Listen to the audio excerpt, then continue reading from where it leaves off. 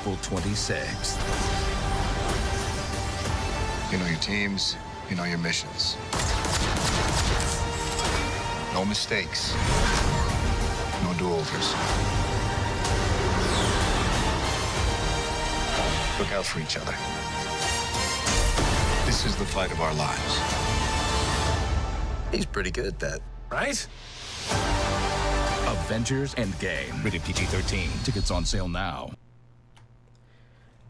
So that was the 30-second TV spot for Avengers Endgame, one of the most anticipated films of the year. We're close. We're like 2 weeks, two and a half weeks, maybe weeks away from the oh my god, I can't wait to see this movie. Every time I see a new trailer, a new scene, or anything like that, I can't. My hype just goes up to another level. And so we're here to discuss the different phases leading up to the release of Avengers Endgame, where we'll have, I'm sure, have a massive discussion about Avengers Endgame when it comes out. So I'm Mark Bridge, and you're watching Pop Culture Galaxy, and I'm here with Zach Wojner. That's me. So this is actually the second time we're trying this thing. Technical difficulties, and we had such a good conversation too, but it's good that we caught it. We think we're 20 minutes in. Better 20 minutes than an hour. Yeah. So, or just like the whole thing, and then we're like, it's shit. I mean, it could. The thing about it, I listened to it in playback. It could have still worked. It's just that your voice would have been super low. And if you can't hear my voice, like, what's even the point? Yeah. You might as well just scrap the whole internet. Pointless, goddammit. But so yeah. So we're here to discuss the phase 1. This is phase 1. Next week we'll do a phase 2, and if the week after, well, it would be the week of Avengers Endgame, we'll do phase 3, and then conclude with Avengers Endgame review. In our first try, I wanted to give like a chronology. I'm gonna probably try to make it shorter, but I still think it's very important to kind of see where all of this thing came from. I mean, to understand the context of how important it was in 2008. Yeah. Not just Iron Man, but that 1-2 punch of Iron Man and the Incredible Hulk. Even though the Incredible Hulk was not as successful, yeah, that was just like a statement saying that this is what these movies are now. Right. You can't go back to Ghost Rider. Yeah. So, in the first recording, I did acknowledge that Blade, the first Blade, really technically is the first one out the gate, but it's not really. It wasn't treated like a comic book movie. It was a comic book property, but when you watch that movie, it doesn't really play like a comic book film. It just played like a vampire slash action movie. Right, and that's not Black Erasure. Yeah. That is not being like, this is not a situation where we're trying to downplay African American influence. Yeah. That is just, it's like calling The Punisher a superhero movie. Right. It's like kind of, sort of, technically, maybe-ish. Yeah. But, Blade, like you said, was not made that way. Like, you wouldn't see Blade and go, ooh, it's a superhero movie. And it's also a great example of how, the comic book movie is not a genre. Right. We talked about how, Batman and Robin is not the same as Batman v Superman. Right. Well, they both have Batman. Yeah. They're both Batman movies. They're both comic book movies, right? Mm-hmm. Well, and comic book is not a genre. Right. Watchmen and any other comic book movie are not the same. Fantastic Four by Tim Story and Fantastic Four by Josh Trank. Mm-hmm. They both have Fantastic Four. Right. Completely different movies. Completely different. So, as a matter of fact, Blade was so successful in being distinctive from its comic book counterpart, it actually influenced the comic book that it was based on to change him. Because Blade came out in 98, right? So 98, you went to the theater, you watched Blade. right? And it's a blink and you miss it moment, but there's a whole in the opening credits based on the Marvel comic books. If you saw that and watched the movie and like, oh, I enjoy this movie, well, let me head over to the comic book store and pick this Blade bad boy up. The Blade that you would have seen would have been a completely different Blade. Yes, he'll be black. He'll have a weird haircut, but he'll have it's the 90s, so it'll have a silver suit, all geared up, looking like a badass, like a cable, like Cable looked or something. And little tiny feet. Right, you know what I mean? It was the action comic of the 90s. So it didn't look anything like the Wesley Snipes version. But jumping 2 years ahead, where the true comic book film genre kicked off with X-Men. Now, with Tom DeSanto, he was a producer on Usual Suspects. He's been attached to the X-Men, and he wanted Bryan Singer to do the X-Men for a long time. He tried to sell him on it, to sell him like there's deeper things going on in the X-Men property other than just comic book colorful characters. And one of the main selling point was Charles Xavier as Martin Luther and Magneto as Malcolm X. That analogy totally worked for Bryan, and he said, all right, I'll take this project on. And 2000, we got our first comic book, our real comic book movie, which was X-Men, which did well. As I mentioned in my previous recording, but you won't hear that, is it doesn't hold up today, but it was just great to see the X-Men on screen, taken seriously. But what I would say is that it took it a little bit too serious on that serious side. Like, comic book movies nowadays, I think, found the correct balance between I hate to say it, the silliness of comic books. They're silly. It's okay to say they're silly. I mean, a lot of them are silly. He wears yellow, and like, what are even those things on his eyes? Wolverine's eyes. What even is that? It looks like a mistake. You're right. It's like someone just like he had a stroke when he was drawing it. It was just like, oh, I might as well make it symmetrical, and then did the other eye. Yeah. So it movies nowadays, get the Wolverine's costume is dumb. It's dumb. It's the dumbest thing in the world. I think that I've seen cosplays of Wolverine's costume that would look great if they were the versions used in the movies. I don't believe you. Trust me. I think we'll get to it later on, not in this episode, but the whole Fox merger thing when the X-Men finally get their MCU debut. You'll see. I bet you'll see. It won't be black costumes, leather costumes like it is in the movies. And there'll be a perfect balance of traditional Wolverine. Because remember, he had two. He had the yellow and blue, and he had the brown and gold. Yeah, but it's like the same design, right? Yeah, it's same design, but just more the color aesthetics were different. But yeah, there's ways to make that work. Trust me. It can work. Anyway, so the first movie came out, did well. Then 2 years later, Sam Raimi came up with Spider-Man with primary colors and all. He basically was Spider-Man was his favorite character growing up. He had Spider-Man on his walls, and he wanted to do it justice. Basically show you the version of the character that he's grown up with.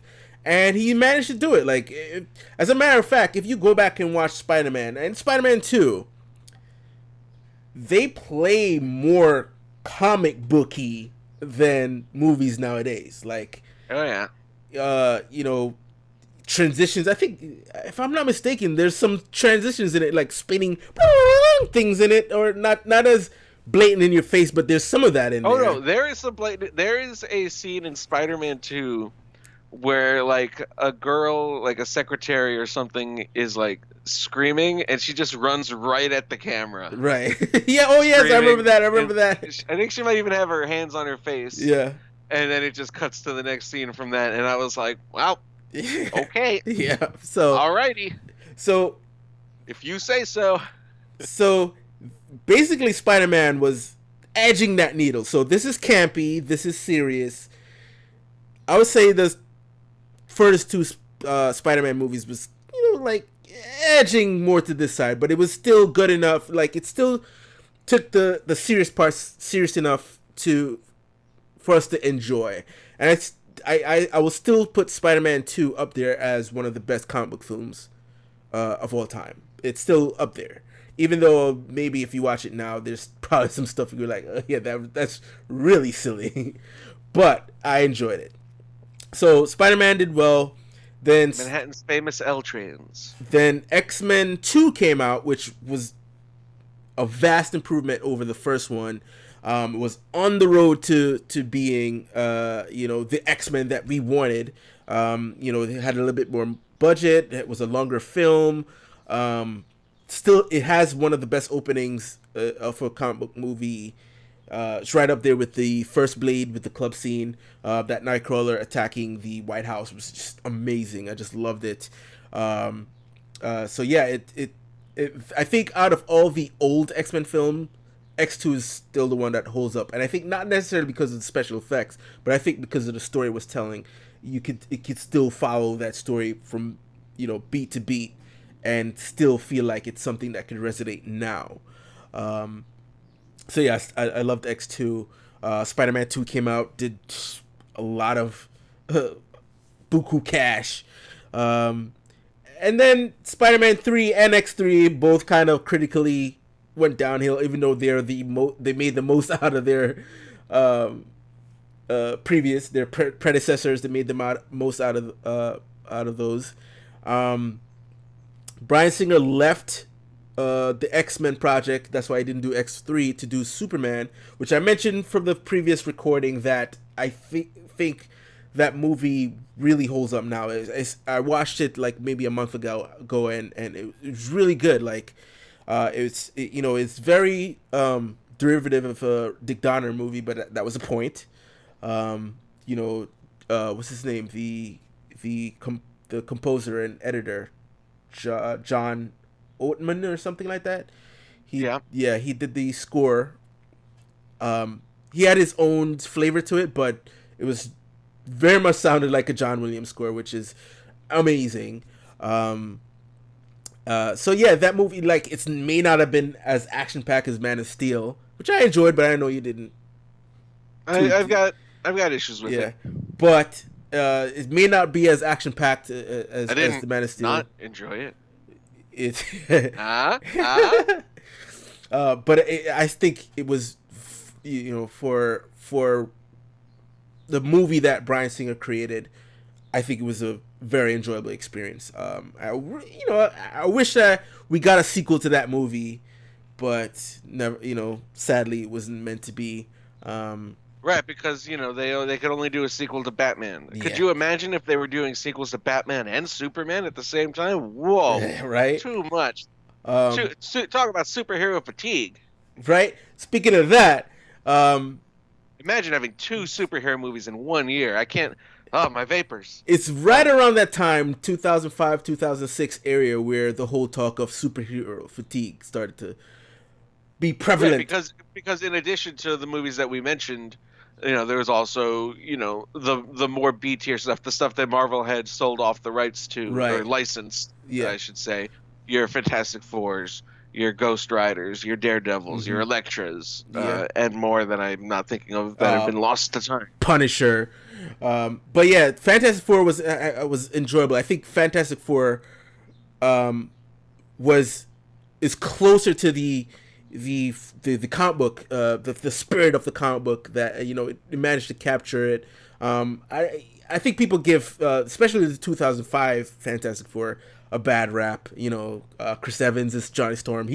As a matter of fact, he's a damn good Johnny Storm. Like, to the point where I almost want Marvel to cast him as Johnny Storm. He's like, yeah, I know he was. Let's just forget that. He'll keep the beard for Captain America. He'll lose the beard for Johnny Storm. Right? He just plays two characters in the movie. No big deal.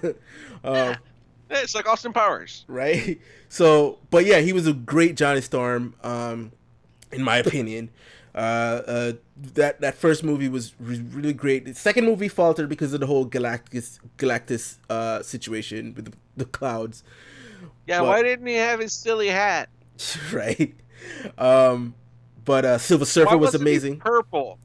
Silver. See, comic books are dumb. They're dumb. Hey, but I love them. I love them. But MCU they're is dumb. MCU is embracing it, right? It's warts and all, and saying you're gonna love this. Okay, I don't care what you say. You're gonna love this shit. Galactus is not going to be pink or purple, whatever color it is is, and he's not purple. going to have the hat. No, but they started with a. If you watch the first Guardians, and that scene where they're showing the infinite when the Collector is talking about the stones for the first when time. they show the Power Stone, you think that they're going to retcon that into having been Galactus? No. That is a Celestial. That's a Celestial that had that stone, right? So he had the different Celestials have different groovy looking colors. You saw a little bit of that kind of Kirby-esque design in Thor Ragnarok. So trust me, if they're gonna make Galactus look like how Galactus looks in the comic. Okay. Trust me. We'll see. They're gonna slap that purple on like nobody's business. I think that they're not going to do purple, but I think that the excuse that they're going to use is that Thanos is purple. Right? So it's just like every 10 years the Avengers fight a purple guy. Yeah. Phase 9 they're going to fight the Ghost of Prince. Shit, they even managed to give you a little bit of ego in Guardians 2. Ego is celestial? He's, if I'm not mistaken, I may be wrong on this. He's not a Celestial in the comic books, but he was a Celestial in the movies. I may be wrong. Maybe he's a Celestial in the comics as well. Somebody can correct me on that one, but he's basically God from Star Trek V. But he's a Celestial in the movies. But anyway, so right around that time, 2005, 2006, everybody's like, yeah, comic book fatigue, that's not gonna last long. Soon the bubble is gonna burst, and then we'll go back to traditional storytelling. So funny. They're still saying that. It's like they're saying that now, right? You know what I mean? But then a couple of movies started to prove them wrong. Batman Begins, came out. Christopher Nolan, first foray into the Dark Knight, did well. I mean, he's still not a good action director, but not only did it do well, but it appealed to like mainstream audiences. Yeah. Like not mainstream, but like film nerd critic people. Right. I mean, who are my people generally, sort of. Yeah. But the people who go, nah, comics are for kids, nah. and then this movie comes out and they're like, oh, I like it. Yeah. But it's a comic book movie. What do I do? Because like they've never heard of Batman the Animated Series because it's a cartoon. Right. And their experience with Batman pretty much begins and ends with Adam West, which is great. Like I love that show, but like I understand that a character who's been around for by now 80 years, can have these different permutations, can be silly in one version and deadly serious in another, and Ben Affleck in another, whatever the hell that is. So I mean, I don't not like Ben Affleck. Yeah, he was a good Batman. It's just the material he was given was not the best. No, I do not like him. I just really like that line. Really? I don't not like you. So now we're coming up to 2007, 2008. We got our Ang Lee Hulks where they're again the needle is here. I think the Ang Lee Hulk. Forgot about that one. The Ang Lee Hulk. Wait, would you put the Ang Lee Hulk to the silly marker or to the too serious marker? It breaks it. It goes in like a circle. Right. It goes in both. You know what I mean? It is a schizophrenic movie, and that is not a mental health term. That is like it literally is just like bipolar. It's a bipolar movie. And I think to some extent he was tackling the thematics to his movie was more like a mental thing too, right? That his whole Hulk was a metaphor for suppressed abuse, child abuse. Yeah, suppressed feelings and mental abuse and all that stuff. And I get where he was trying to go with this movie, Yeah, I mean, him becoming Hulk is like a direct result of Yeah. child abuse, and Yeah. it's like he can't uh, control that because it's just been indoctrinated into him. Yeah. There's good stuff in that movie, Uh-huh. but like he has to fight dogs But you know what? I'll tell you a secret. while naked. I kind of enjoyed that movie. I did. I did. Like you said, here's the thing. We didn't know what was coming, right? With the whole MCU thing. All we were doing is taking what we could get. You know what I mean? It's like we comic book fans have been waiting for a really good comic movies for years, and all we were getting was Superman and Batman. And even Batman went off the rails, and Superman 3 and Superman 4, Quest for Peace, went off the rails. Batman Forever, even though I do enjoy that movie. I love Batman Forever. And then Batman and Robin just like went off the rails. It's like, oh my god, can we take this shit seriously for a second? And then Blade came out. It's like, oh, good. X-Men came out. It's like, good. Spider-Man came out, great. X2 came out, awesome. We're on the track. Then we got a few stinkers here and there. Elektra, Catwoman. Oh yeah, I forgot about that one too. Jeez. Catwoman, the first Punisher. Even though I enjoyed it, but again, it didn't feel like a Punisher movie. It just felt like, first of all, Miami, really? The first Punisher. Are you gonna have? Where's black leather in Miami? You know what I mean? It's like nothing sells gritty than Miami, right? Well, even though Miami Vice, yeah, I guess. Greatest show of all time. Yeah, and Scarface, I guess Scarface. But still, but the reason that they did that was like because they felt that New York was overused between X-Men and Fantastic Four, and although I think that was after, but Spider-Man being the big one. Mm-hmm. And like if you look at the MCU, like almost all of those Phase 1 movies are New York. Yeah. Yep. So, you had your stinkers and stuff, but then one of the things that most of the Marvel movies predating the MCU have in common was, a little known intern / associate producer called Kevin Feige. Is he literally an intern? Yeah, he was working for free for the Donners. That's rad. That's how he and Jeff Johns know each other. And Jeff Johns is now a hardcore DC guy, and Kevin Feige is a hardcore Marvel guy. But out of the two, I think Kevin Feige got the better deal. Yeah, but like I bet they're friends. And no, like, they are. That's such a great example of like so many fans are like, oh, DC sucks, oh, Marvel sucks, this, that. It's like they don't care. Yeah, it's like the NFL or like sports or anything. It's like, why are you pitting them against each other? Just enjoy all of it. I think the reason, and you could definitely, if you really look at both Jeff Johns and Kevin Feige's career, you could see the exact moment where they both veered off, because Jeff Johns wanted to be in the movies just like Kevin. He wanted to write movies, produce movies, possibly even direct them. What happened was Jeff Johns got a writing gig for DC. Well, no, Marvel actually. He started working for Marvel first.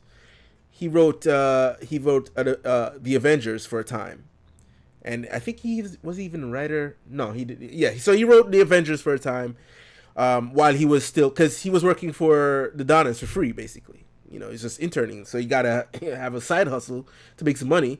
So he was writing for Marvel. So that's how he got into the comic book game, and then DC hired him. Got him to take over some issues, some back issues like Superman, and then I think he just really got big with Green Lantern. That's where he just cut his teeth and just like nonstop. While Kevin, on the other hand, while interning, he still was a relative, PA. He did the PA thing and went over to X-Men, where the Donners were producers on that movie. So he, because he worked for them long enough, he became an associate producer. It was his idea to have Wolverines here, like the comic books. See, like that's as far as you can go. Yeah. So So he stuck with the movie side of things. Smart guy. Yeah, right. He stuck with the movie thing. He and Avi Arad basically went from project to project, the Fantastic Four, Spider-Man, and stuff like that. And then, so back in the 90s, I think I mentioned this on a previous recording. I didn't mention it here, but that's a quick rundown. Marvel made some big mistakes with their comic book properties, with comic book, thinking that comic book would be a huge thing going in the future. So they produced too many issues, and then they made bad decisions, and they were about to go bankrupt until Ike Perlmutter came along and says, all right, let's stay afloat. Let's license out our characters to different movie studios to get some income in. And that's why all their characters Spider-Man went to Columbia Pictures, which was purchased by Sony. Fantastic Four went to Constantine Films, which was absorbed by Fox, and X-Men to Fox. And then most of their B and C list characters went to Artisan Entertainment, which doesn't exist anymore. And Iron Man went to New Line, which is owned by Warner Brothers, which would be great if Iron Man came out on a Warner Brothers picture. This is awesome, right? But most of those characters didn't come off the ground. Their rights reverted back to Marvel. Marvel realized, holy shit, we have a bunch of our characters here. What should we do with them? Well, let's make a movie, because you had Marvel Entertainment still afloat, which produced like cartoons and television shows or whatever. So they decided, let's go into the movie business. So they went to Merrill Lynch and basically leveraged all their characters, which is different from licensing, because basically they got $500 million and using their characters as collateral. So if they lost that money, they would have to completely sell off their characters to Merrill Lynch. Well, not sell. Basically, Merrill Lynch would own their characters. Yeah, could you imagine that? Like, there'd be no Iron Man omnibus, because Merrill Lynch would have to publish it. Yeah, so basically, or whoever they sold it to. So that would pretty much be the death of Marvel Comics on a whole. Like, all their characters would just be piecemealed and shipped off to different entities to do whatever. Like if you think it was hard, like lately, the past 10 years, having Spider-Man at Sony, having this character here, that character there. Imagine if there was just no Marvel, right? Pretty much. So they took a big gamble. They created this Marvel studio. Now I'm clouding on this story. I think Avi Arad was supposed to be president of Marvel Studios, but either he and Ike just couldn't go, get along, and basically Ike kind of just sidestepped Avi and said, "Yo, Kevin, do this," because Kevin was on the rise. Each movie that he worked on, he went from associate to producer to just. He was like relatively unknown, so he probably just didn't command as high a paycheck as Avi. Yeah, Avi had just too much opinion on everything. That was the issue.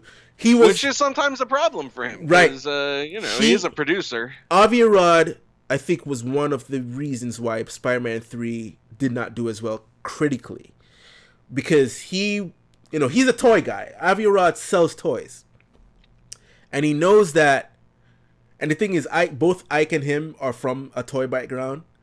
So there can only be one. So they have this idea of, okay, even though we're in the movie business, at the end of the day, merchandising is key to everything. And which is true, right? It's like Star Wars became Star Wars because of merchandise. It wasn't because it's the movies. It's the merchandise. But the secret, the key is to find a way to do that naturally. Right. Like Star Wars just is so perfect for that because it's every single person is a different alien. Right. Of course, like the crazy hardcore super fans. I don't like to call them super fans, but just the ones who are prone to spending exposable income will want that toy. Yeah. And with comic books and comic book movies, it seems easy because you have all these characters, but when you bite off more than you can chew, and you go, let's put this villain in here too. Let's put that villain in here too. Let's have the characters switch costumes 10 times. Yeah. So one of the things that Avi has been looking forward to, because it's partly our fault too, because we were all shouting, "Oh, we can't wait to see Venom! We can't wait to see Venom!" Yeah. And as a toy manufacturer or entrepreneur, you're here to supply that demand. You know, if you put a Venom toy out, that shit is gonna sell. But you want it attached to something. So you're like, all right, Venom. Okay, obviously it can't be in the first movie. That's blowing your load too fast. Second movie, I'll give you a pass on the second movie. You're still growing pains, but you got damn sure well gonna put Venom in the third movie. The problem is, Sam Raimi did not like Venom. Yeah, because Venom sucks. No, Venom is fine. But like, he didn't want him, and he kind of forced him in there. But Spider-Man 3 is a hill that I am willing to die on. It is. But it just is. Here's the thing. And I love his arc in that movie. I love that he's like the anti-Peter Parker. Like, they look the same. He's not like a big muscle guy. Yeah. Like, I think it works. But I know Sam Raimi doesn't think it works, but I don't think it works either. But here's the thing. There are three people to blame for Spider-Man 3. Us, the fans, who've been crying for Venom for a long time, because we couldn't wait. Like, shit, we waited. Again, hindsight again, 2020. Look at how long we waited for fucking Thanos, right? Introduced in 2012, and we didn't get to see him until 2018, 2019. But, like, comic book fans, they love Venom. Like, even when they put out, like, a crappy Venom movie last year, it still made, like, $500 million worldwide. Right? So it's like... Ow! We couldn't wait. So we're part to blame for it. Avi Rod for forcing Sam Raimi to put in Venom when he didn't want to. And then the third person I blame is Sam Raimi. Because you have two choices, Sam. You either don't do the movie because he wants you to put Spider-Man in it, or you write a better story for Venom instead of, all right, I'm going to cram Venom into this already bursting at the seams storyline with two other villains. Which I don't think that was a way to go, right? But anyway, he did it. Movie flopped. Well, critically flopped. Critically, it flopped. But and they would have made a Spider-Man. I mean, it's getting a little outside, but Sam Raimi basically said, "I'm not gonna write I wrote there's a script for Spider-Man 4. I'm not ready to make it. It needs more work." And they said, "No, either you make it or we're rebooting." And he said, "I'm not gonna make it." But then I also heard one of the reasons they didn't go with that too is that the money that Tobey Maguire demanded for the sequel would have been sky high. They would have paid. Yeah, but I'm saying they wanted the budget to go that down, so that's why they decided, all right, let's just reboot the fucking thing and make it less. Yeah, but that's part of it. Yeah, it was a whole number of things going on. But they would have. It was a ticking time. Like, if they didn't make a new Spider-Man movie, the rights would have gone to Marvel. Right. Right. If it wasn't for that, they would have done whatever it took to make Spider-Man 4. Right. And it would have been the right choice, because even if it made less money, Amazing Spider-Man, $250 million world domestic. Yeah. And 700-ish worldwide. Right. And no one cared. So going off Avi being sort of a problematic dude, I think but also, producers they need to do their producer thing. Yeah. So it was a whole beef. Like I said, I'm not 100% on the exact story, but I'm about 90 to 95% sure that the position of president of Marvel Studios was going to go to Avi Arad, and somehow he got screwed out of the deal, and Kevin became the top dog. Now, Marvel Studios was born. They have their $500 million from Merrill Lynch. What do we do? All right, first movie. Well, they had 2 movies on the docket. Well, 3 actually. They had 3 movies. They had Iron Man, The Incredible Hulk, and Ant-Man from Edgar Wright. Problem is, Edgar Wright wasn't ready yet. I think he was doing maybe Shaun of the Dead or Hot Fuzz, one of those movies, at the time. So he wasn't ready yet. But they got the ball rolling with Iron Man. First gamble was starting the studio. Second gamble was the Iron Man movie. Decided to do an Iron Man movie, which was a B to C list character at best. At the time. Yeah. Third gamble, hiring Robert Downey Jr. I know, like, this wasn't his first movie post being but it was the first one that anyone gave a damn about. Yeah, because I think he did Chaplin after. Yeah, I think he did Chaplin. I want to. Chaplin was a while ago, though. Was it? Yeah. Oh, yeah, maybe. It was 90s. But I know that was Alec Mobile pre or post? Like directly, like he was fired as a result. A result of it, right? Yeah. Like, what was a Scanner Darkly? He was in that. It was like maybe 2005. Let's look it up. Hold on. A Scanner Darkly. I'm gonna guess 2006. Show me the money. 2006. Aha! Yeah, so it wasn't his first movie post drug rehab, but it was one of the earliest and the biggest for him. So the studio didn't want to take a chance, but I think 2 people had to pay his own insurance. Yeah, 2 people fought for him, Kevin being one, and I think Terrence Howard also fought for him, which John is a Favreau. shame. Oh yeah, John too. Yeah, and then John Favreau, I don't think was too much of a risk because he did Elf prior to that, and Elf was a huge hit.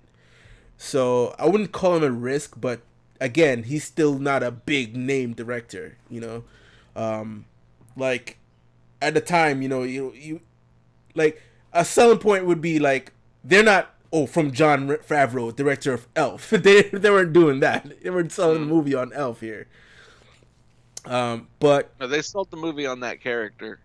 So we got Iron Man made. I think the Hulk was being made at the time. So Well, yeah, they were in production at the same time, right? Yeah. So Iron Man, because they only came out 2 months apart, right? Which was like the first. I mean, you had like 2-part sequels. You know, your Back to the Future 2 and 3 came out like a year apart. Right. Kill Bill, The Matrix. Mm-hmm. But this was like the first time they kicked something on. Like they said in like the press release, it's like we're building towards the Avengers.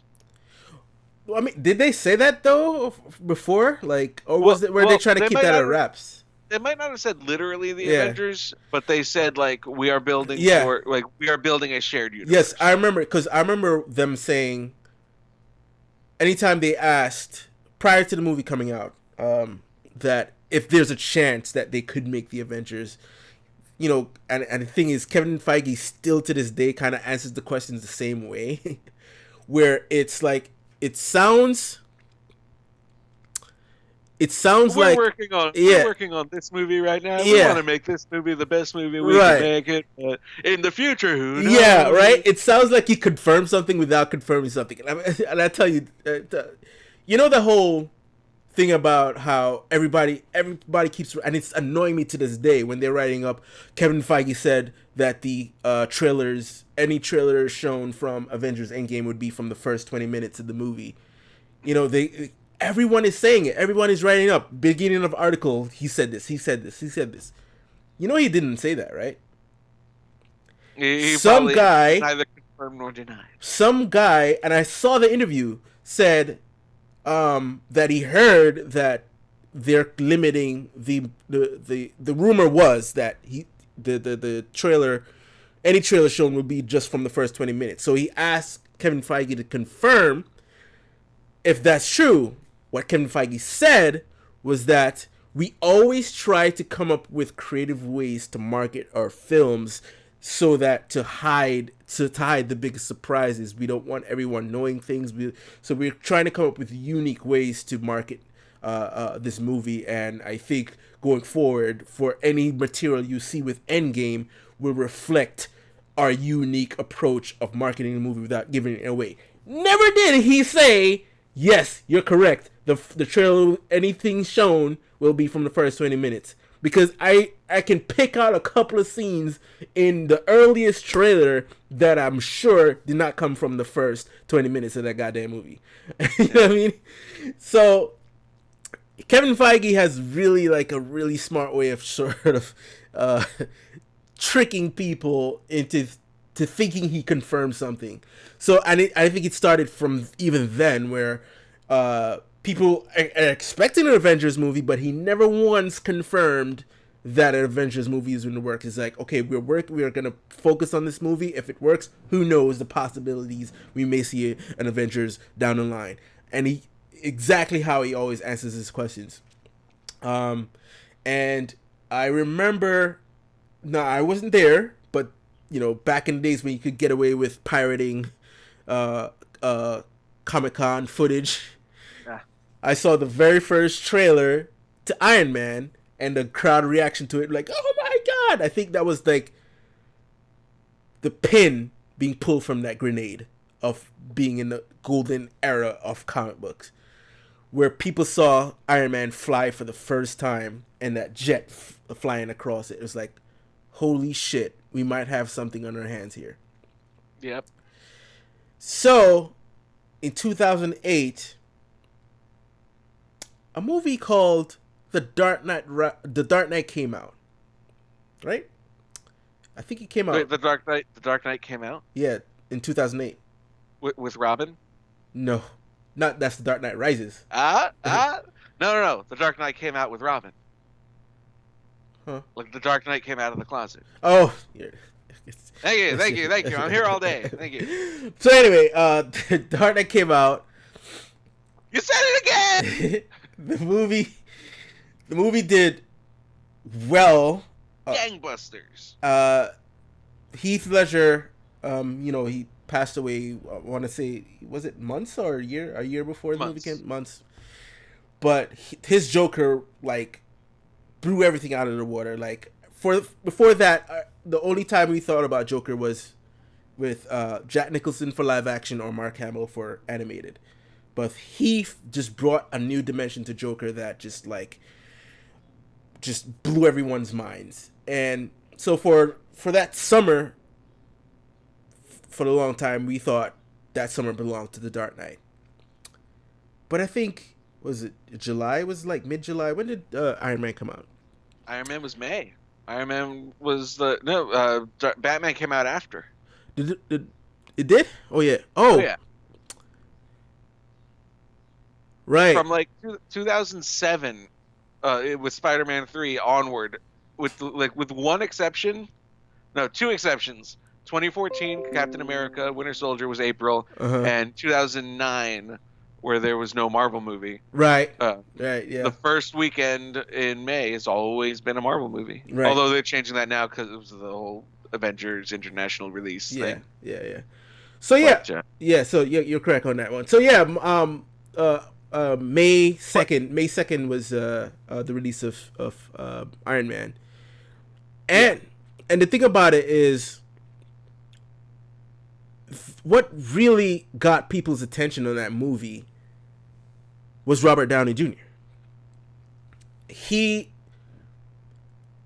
I think, because basically he's not playing Tony Stark in that movie. Yeah, he's playing a version of himself. He's just playing RDJ. As a matter of fact, I think right now, at this moment, RDJ is more Tony Stark than he's ever been.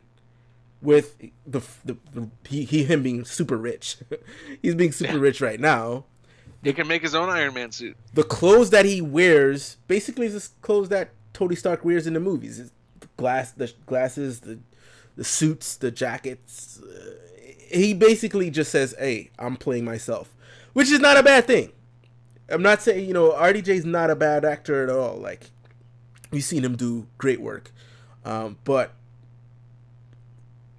what he decided to do with Iron Man was, I'll just bring me to that role, which was one of the reasons why Jon Favreau wanted him. Well, John and Kevin wanted him because just like Tony had this whole past of like indulgence and is trying to go on a redemptive track. That's the same thing with Robert Downey, right? Coming from being like, Robert was a product of fame. His father was a writer, I think. Director, right? A lot of like 60s surreal movies. Yeah. So he grew up as a Hollywood star from the beginning. He was part of the Brat Pack, if I believe. Yeah. Or at least Brat Pack adjacent. Yeah. Was he in, what movie was he? He was in Weird Science. Was he? I don't know. He was in that one with Marissa Tomei. Right. Which is really funny in hindsight. Yeah. Oh, right. Spider-Man. But, yeah, they made the movies differently in not in Phase 1, but in that very beginning of Phase 1, where they anchored them not around. At least the perception that I'm getting right now is that they were marketed or produced not around the character but around their star. Right. Like it was, it was Robert Downey Jr. is Iron Man. Mm-hmm. Edward Norton is the Incredible Hulk. Right. That was, and that's very different from the way they do it now. Mm-hmm. Where the stars do, like, Brie Larson did, like, go out on Twitter and like kick some ass, mm-hmm. which was great when, like, all the boys got mad. Oh, why is she saying mean things? It's like, oh, did she hurt your little fucking baby feelings? Whatever. It's kind of, and then her movie I'll save it for Phase 3. Yeah. But I think another thing is 2008. Between Iron Man, The Dark Knight, and to a lesser extent, The Incredible Hulk, mm-hmm. they were a game changer for the comic book genre, mm-hmm. Because they took their comic book stuff and put it in the real world. Yeah, yeah. They didn't. Many comic book movies are set in comic book worlds. Mm-hmm. Batman Begins is a very different Gotham City than The Dark Knight. Right. Batman Begins is set in Gotham City. The Dark Knight is set in Chicago. And the Punisher is kind of one of the closer ones that I can think of, but even that is like a very film noir style, like wanting to be that style. Not that it's successful, but that it's got the big score of like, it sounds like it's out of Chinatown. Mm-hmm, mm-hmm. Even Superman, Richard Donner's Superman, is very realistic to like its time, but the gangsters still dress like they're in the 1930s. Right. And Iron Man and The Dark Knight both were just like, this is the real world, except here's a guy in a fun suit. Yeah, and I really, and it's really fortuitous that both Dark Knight and Iron Man was in the same year, because they both kind of approached especially their protagonists, the same way in terms of how they're building their arsenal, right? Like, I mean, mainly so in Batman Begins, but I think a part of it existed in Dark Knight as well, where you saw how Batman got like his suit, right? He's like, oh, I need to turn my head. Okay, now I'm gonna give you a new suit that you can turn your head. There's a practicality to his why he decided to go with a different uniform or outfit than he did in the previous films. And then in Iron Man, you saw him build a suit and why certain things exist, right? Like, for instance, the hand things. They're not blasters. they were stabilizers. It just so happens that they can shoot out of force.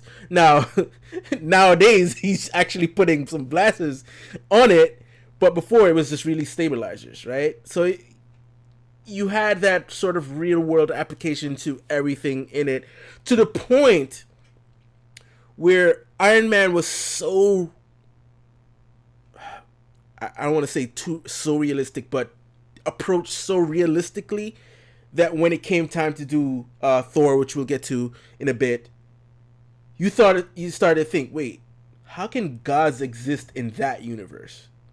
Mm-hmm. You know, that's a gamble.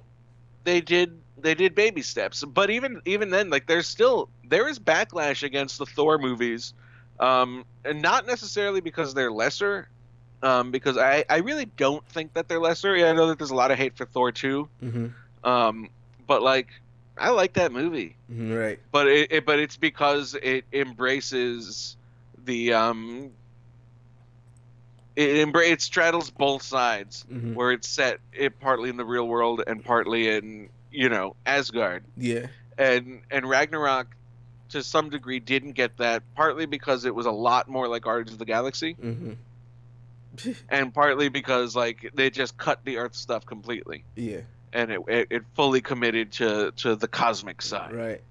And I think part of that is why the first Thor is my favorite Thor. Phase 1 stuff. It is this character, it's the real world plus this character. Right. In like the middle of New Mexico, which is kind of a rare setting for this kind of movie. And I also do, just completely aside, I like the costumes so much better in the first Thor. Like they changed them in part 2 to be more like cloth and more Game of Thrones style. Right. But like I love that they're wearing like science fiction armor. They look like sci-fi knights, right, as opposed to Game of Thrones knights. Yeah. And I like that very much in part 1. So, going off of that, and we're gonna get to Thor, but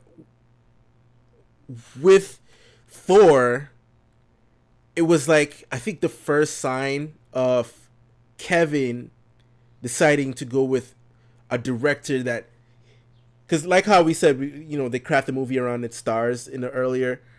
One of the things that he began in phase 1, and I think he continued throughout the different phases, was the kind of director he chose. Not necessarily, that guy directed this big budget movie, so let's get him to direct this other big budget movie, but that guy directed this type of material. I could see him infusing that type of material into this comic book movie, and I think it started with Kenneth Branagh, because going with Jon Favreau, like I said, Elf doesn't seem like the kind of movie that would translate a director from that to Iron Man. It's just that,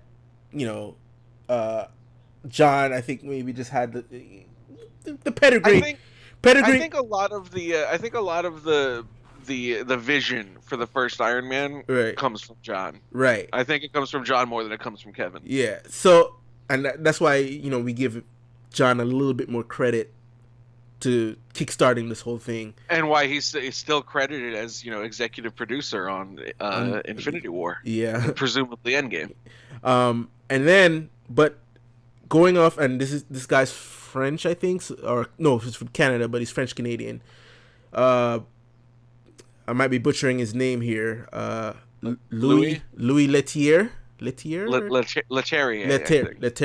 Okay, so he is one of Luc Besson's boys, right? A lot of Luc's movies he was a part of, and he did the Transporter. I don't think he did the 3 of them, right? He did the first one. So he did the first Transporter. He did Unleash with Jet Li, which is a good movie. I like that movie. Now You See Me. He did that movie too. I also like that one. But he was the director on Hulk, and I think maybe he got that job for his technical expertise, not necessarily the kind of work he did reflects. You think? Right? So yeah, I've got my opinions on who's responsible for the Incredible Hulk being very good. Right. Oh yeah, So that's we'll get there. Yeah. I mean, we're on there right now, so I think it's Ed Norton, right? It's basically Yeah, Ed it's Norton. Edward Norton. If it wasn't for Ed Norton, that movie would be like a nothing movie. It would be completely forgettable. It'd be the Hulk smashing some stuff, and then Robert Downey Jr. showing up in the last 5 seconds. Yeah. Now the thing with Kevin is a very powerful guy right now, but if I had to guess, now this is me speculating here.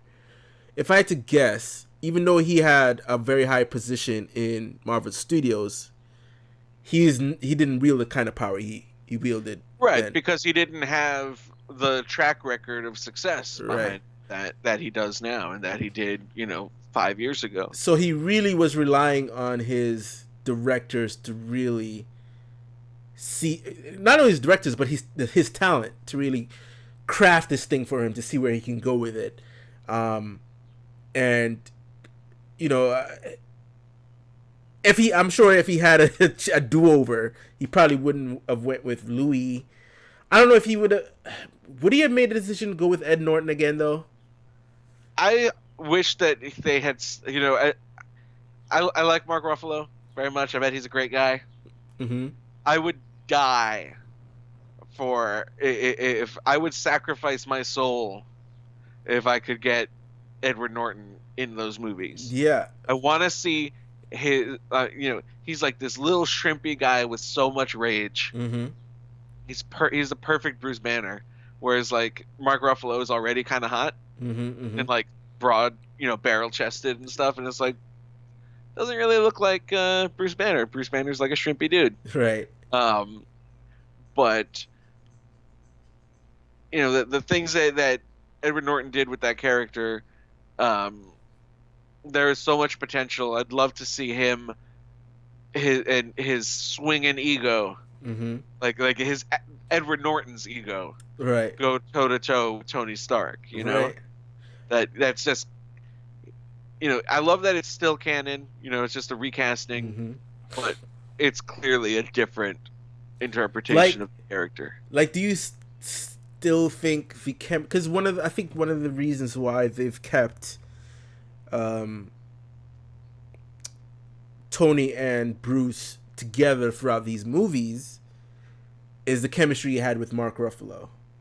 Like, can you see a chemistry developing between Ed and Robert? It would be totally different. You know what I mean? Like, I think that they kind of decided on that chemistry at some point during the production of the Avengers. Right, because it worked. I mean, that was already in the script, so, and then it was like, holy shit, they're actually playing well together.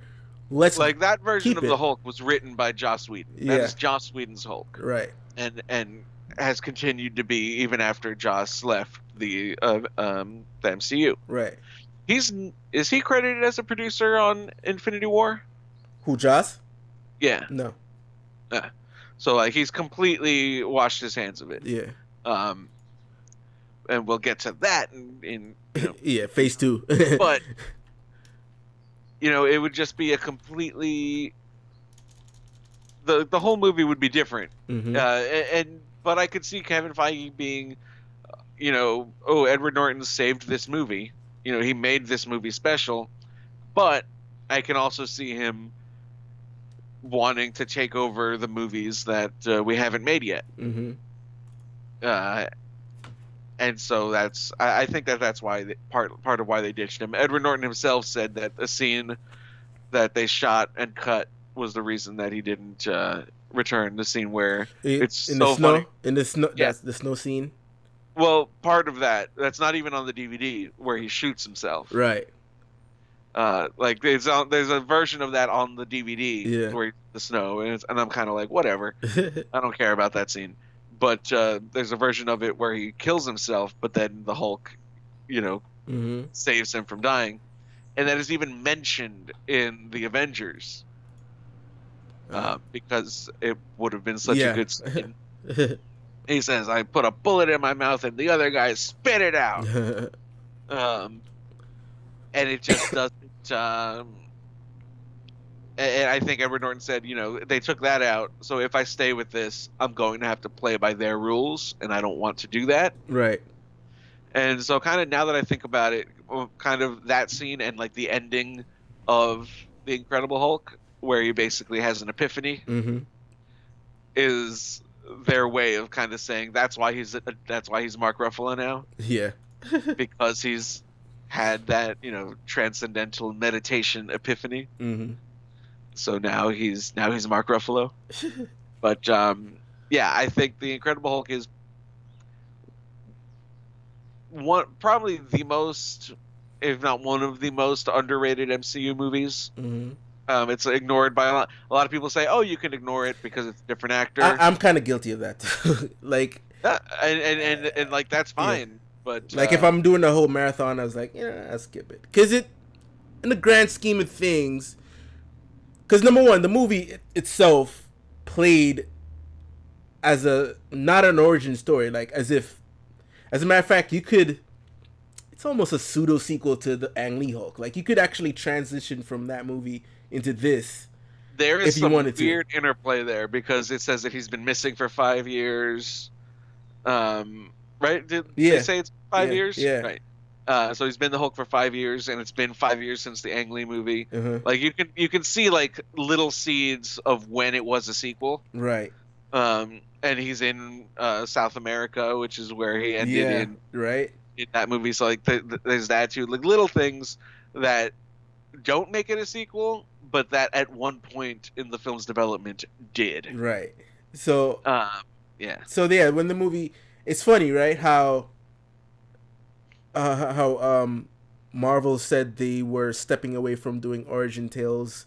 If they had to do one, it would be unique.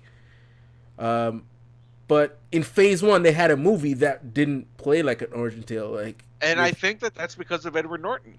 I think that they shot a lot of that. I think they shot a lot of the origin stuff. They use it in like the little montage. The montage, yeah. And I think Edward Norton said, "We've seen this before. Let's jump ahead and have when necessary, little tiny brief flashbacks, right, to kind of say, but like we already know." And he was a big fan of the Bill Bixby TV show, and there's a lot of homage to that show in that movie, and I think that works really, really well. Of just like jump to it, right? Like, just get to it.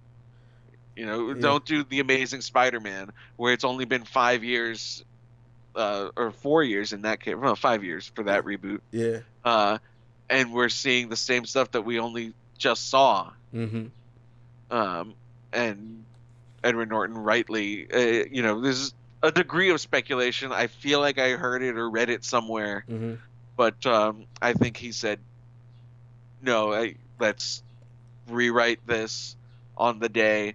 Let's re-edit this later. Let's cut this. Let's get to the good stuff, and that good stuff is me." Yeah.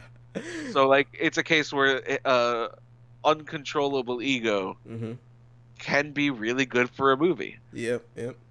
It's one thing when a director and an actor are fighting each other. It's one thing when the actor says, "Whatever you say, boss," to the director, and it's one thing where the director says, "Whatever you say, Ed Norton." And I think that's what happened in The Incredible Hulk, and I think that it worked very well in that case. So a little bit of business thing on the side.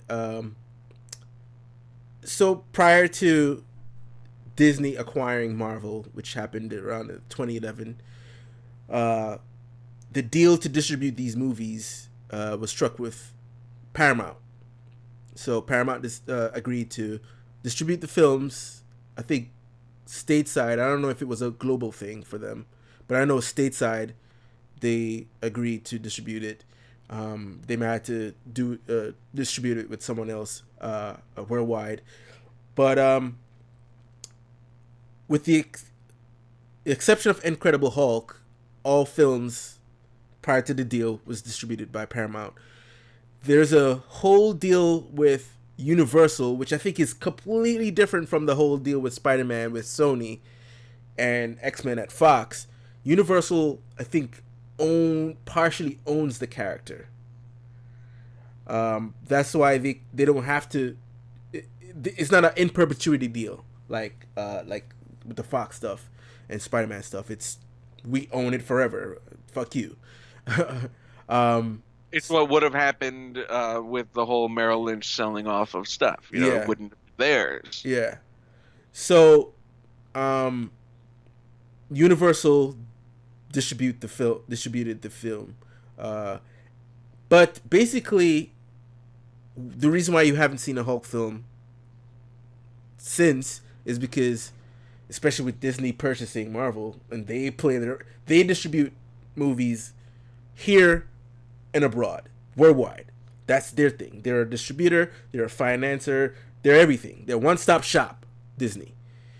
They don't care to have anybody else distribute their film. So if they have to make a Hulk film, it's in the contract that Universal has a right to turn it down, which they'll never do in a million years.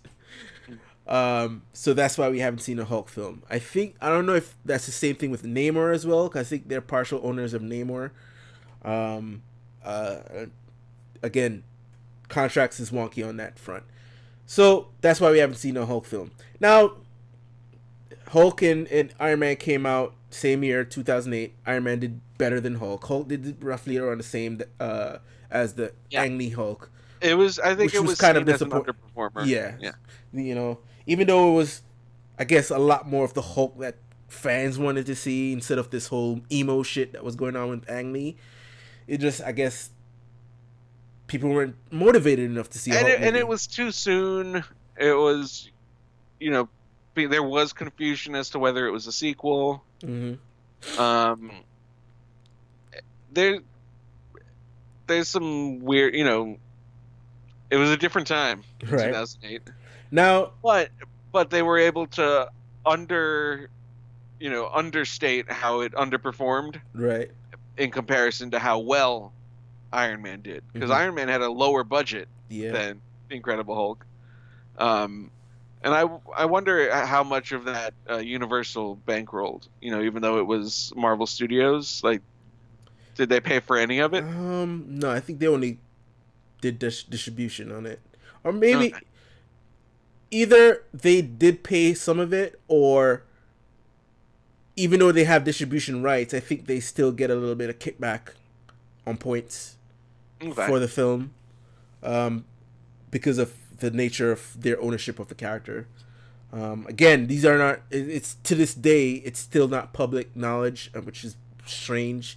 Or maybe if I dig deeper, I could find out more of the. But I think it's just really so deeply hidden that you can't really know what the kind of deal Hulk with the whole ownership thing. It's up in the air on that one. But we know Universal has a larger stake in the Hulk character than any other studio had over the other characters. Right. So, So the Incredible Hulk, while not a failure, was not a success. Yeah. Probably a little more towards the failure side, but Right. like not a bomb. right. But Iron Man was such a huge hit that collectively the two movies were a hit. Yeah. And then Iron Man was such a hit, even though I'm sure in his mind Kevin wanted to build towards an Avenger, you know, Ant Man still wasn't ready. Thor would have been years away because that came out in 2010, and that's 2010. 11. Was you sure? Yeah. 2008, Iron Man. 2009, nothing. 2010, Right. Iron Man 2 was the only movie that year. Yeah. So because both Captain America and Thor came out in the same. Yep. Same. That was a second attempt at doing 2 a year. Yeah. Like they said if Hulk had been an outright bomb, maybe they wouldn't have tried 2 a year as early as 2011. Right. But like it didn't outright bomb. There were a number of factors which contributed to it not performing in line with Iron Man. Right. And they said, well, let's try it again in 2011. This time we won't have one character who's so huge that he'll suck all the oxygen out of the room. Yeah. We'll have two characters who like Okay, you know, they're on the same level. and we'll see how they do in May and July. And they both did good. Yeah. So You know, that was so because uh neither Iron Man would have been ready or any other projects that they had down the line would have been ready. No, Ant-Man. Yeah, Ant-Man wasn't ready, and neither was the other projects that they had in the pipeline ready. But Iron Man did well. Let's get a sequel. But the turnaround time, according to John Favreau, wasn't the best. To the point where I think they started shooting without a script or finished script. which is never a good idea. Right? Now, here's the thing. A lot of people shit on Iron Man 2.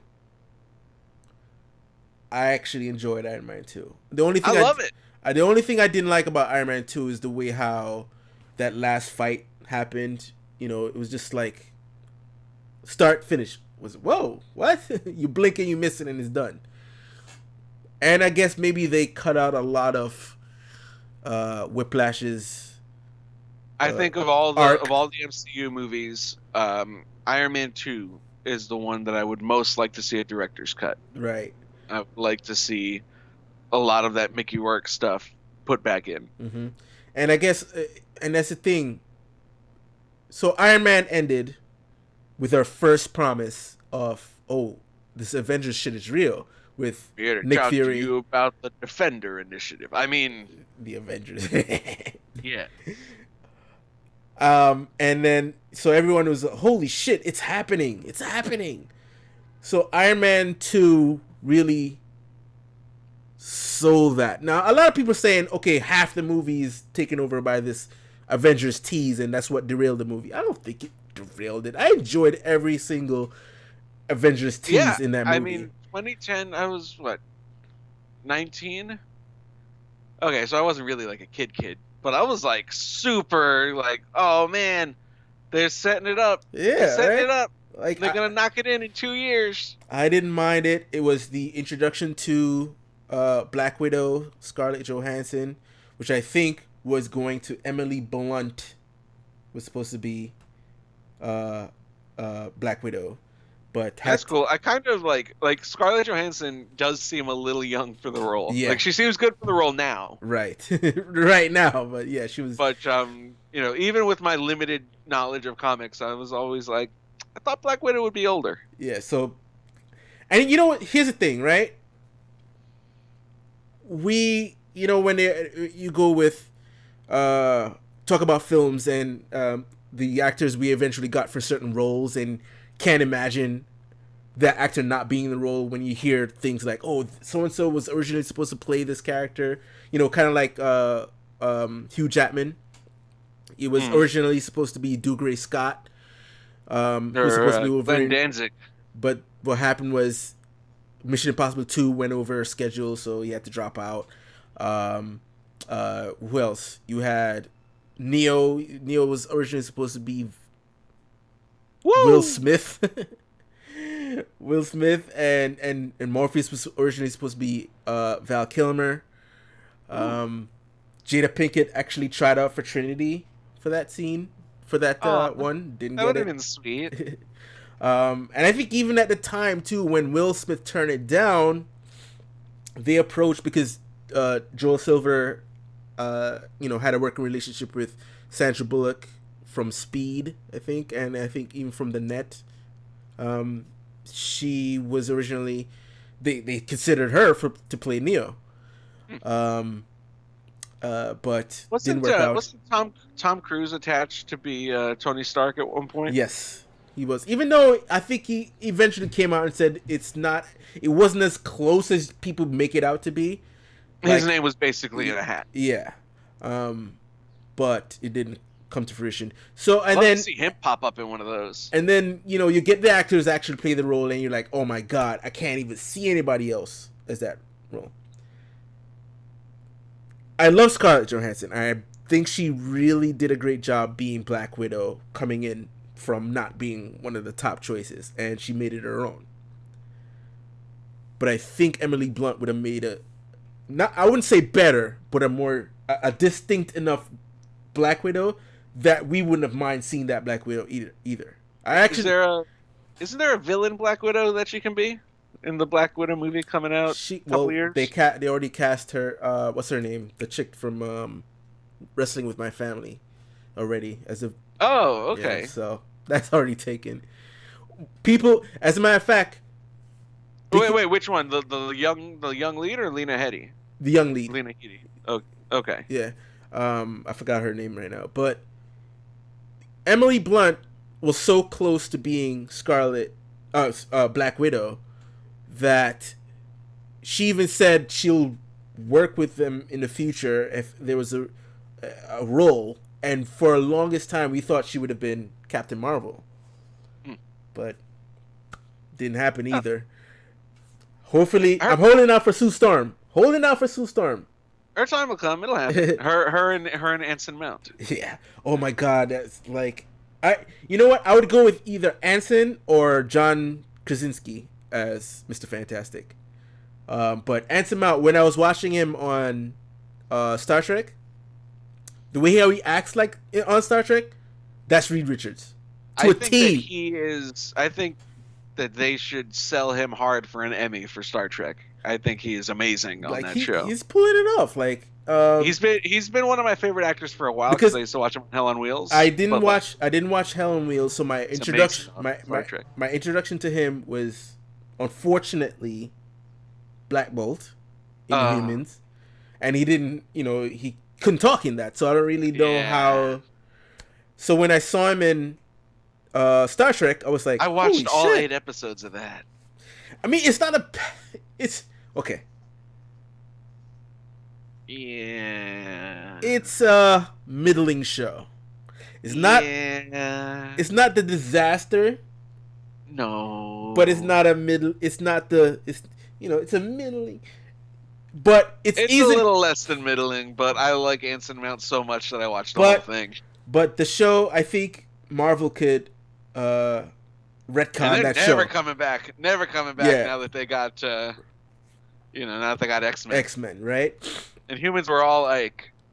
So get Anson Mount to play Mr. Fantastic. I'm down with it. Holy shit! I kept seeing Reed Richards while watching Star Trek. I was like, that's fucking Reed Richards right there. Don't get anybody else. No auditions. No considerations. Go to Anson Mount right now and said, please be our Reed Richards. I don't want to see anybody else as Reed Richards got it, except John Krasinski. But yeah. Anyway, so Iron Man 2 came out. Jon Favreau. Makes a ton of money. Yeah, but Jon Favreau considered. It's funny, right? John did such a good job with Iron Man, and did the best he could with Iron Man 2 that we saw. Everybody was thinking, oh, Avengers. He's directing Avengers. He has to, right? And that was originally the plan. But I think he got turned off by the whole quick turnaround. He had a different idea for the Avengers. I remember reading this like in Entertainment Weekly when the first Iron Man came out. Uh-huh. That he said Avengers is going to be Iron Man 3. It's basically Iron Man and his friends. Right. And then, presumably Kevin was like, no, we want it to be much more of an ensemble piece. Right. And Jon Favreau, he didn't throw a fit and go, I'm out. Yeah. He was just like, oh, I see what you're trying to do. That's not what I would do, so I'm not the best person to direct this. Right. So yeah, but a lot of teasing. It's funny, right? Iron Man 2, I think, would be the equivalent. Now, I'm not dissing Iron Man 2, but I think trajectory-wise, Iron Man 2, Batman vs. Superman, where it played more of a let's tease Justice League, where, okay, it's one director doing Man of Steel, Batman vs. Superman, then going to do Justice League, which is his arc starting from Man of Steel, continuing in BVS to Justice League, and that was the original plan. I guess you could say Jon Favreau wanted to do that too, but Kevin was like, no, each of these movies need to kind of have their own flavor to it. I don't want Avengers to be Iron Man 3, right? Yeah, it's funny. Like, you see the instance where You can see that divergence point, excuse me, Yeah. where a director and a producer see eye to eye, and then they just don't anymore. Right. So many directors say, "I want to do this thing," and the producer always says, "No, don't do this thing." Iron Man, Jon Favreau goes in expecting to go, "I want Iron Man to wear a suit that's red and gold," and the producer to go, "No, don't do that." But instead, he gets Kevin, who says, "No, we want you to do exactly that." Right. My job as a producer in Iron Man is to tell you all the things that you wanted to do, you can do. Right. This is that kind of movie. But then by the time of Iron Man 2, even though there was a lot, arguably more responsibility with Iron Man 1, because if that flopped, the whole thing was going to be done. For Iron Man 2, it was, okay, now we got to build up to our current Endgame. So here's, you can't do stuff that's going to make Iron Man too unlikable. So let's not make the villain so sympathetic. Even though, later on, they would work very hard to make Tony Stark unlikable. Yeah. So that, eventually he's going to go, "My dad made that shield." And then Captain America says, "Fuck your daddy." But that's kind of the moment where Iron Man 2 is the moment where Marvel becomes a producer, Kevin Feige driven series rather than director Jon Favreau driven. Right. Which kind of dovetails into Thor, which I think is the first instance of Kevin deciding, okay, we're going to approach each film with the kind of I want a director to match the kind of film I want to make. Right. Instead of hiring a director and saying, "What do you want to do?" He hires the director and says, "I know what you do. This is what I want you to do." Right. So Kenneth Branagh, who is, a big Shakespeare guy, Norse mythology is arguably as Shakespearean as it gets, decided, all right, I want that flavor in this movie. And it's funny, right? I think Thor Ragnarok is the only only Thor film that the director gets to fully control. Yeah, called the shots. While, yes, I hired Kenneth Branagh to do his Shakespearean twist on this movie, but he ended up editing a whole lot of shit that Kenneth did. And, Kevin didn't come back. And then a little tease of Phase 2. Alan Taylor, who did Game of Thrones, to do a Game of Thronesian take on this movie, which ended up still cutting a shit ton of scenes from it. What's cut from the first Thor? I don't know about this. I don't think necessarily, just more character pieces that Kenneth wanted to sell to really solidify the different characters. More is not necessarily action set pieces or anything like. It's just more character set. I think Kevin wanted the movie to move a little bit more on a faster pace, and I could definitely see. I'm not sure if some of these scenes were cut, but I actually wanted more development time between Thor and Jane, because it just looked like she just met him and then she's head over heels with the guy already. It's like, I mean, have you seen him? I mean, the movie plays that up, which I was eyebrows in that one. Yeah, the movie plays that up, like pre Me Too movement, where she's like just the energy. She's smitten by him from day one. Like, oh my god, she's like, oh my god, not a lot of sort of the feminist social justice warrior movies. Like, why she has to be goo gaga over him that much? She was like, they just went straight at it. Like, every scene, if you watch every scene where Jane is interacting with Thor, she's like, has a total obvious crush on him. Yeah, it's she's very funny. She's basically raping him with her eyes. Like, she wants some of that. You know what I mean? It's a little like Although I will say, at least that there's enough of it of her like having an obvious crush, and it's not as out of place as the kiss at the end of Man of Steel, Right, right, right. where it's like we are surrounded by dead bodies. And then they Want to kiss. make out? But yeah, we mentioned this earlier that this, because of such realistic tones that the two Iron Man film set and Hulk to a certain extent, that how would you pull off, even though they haven't fully introduced magic in this universe, they were scared to use the M word at the time, so they said, what you call magic is science that you don't understand. Right.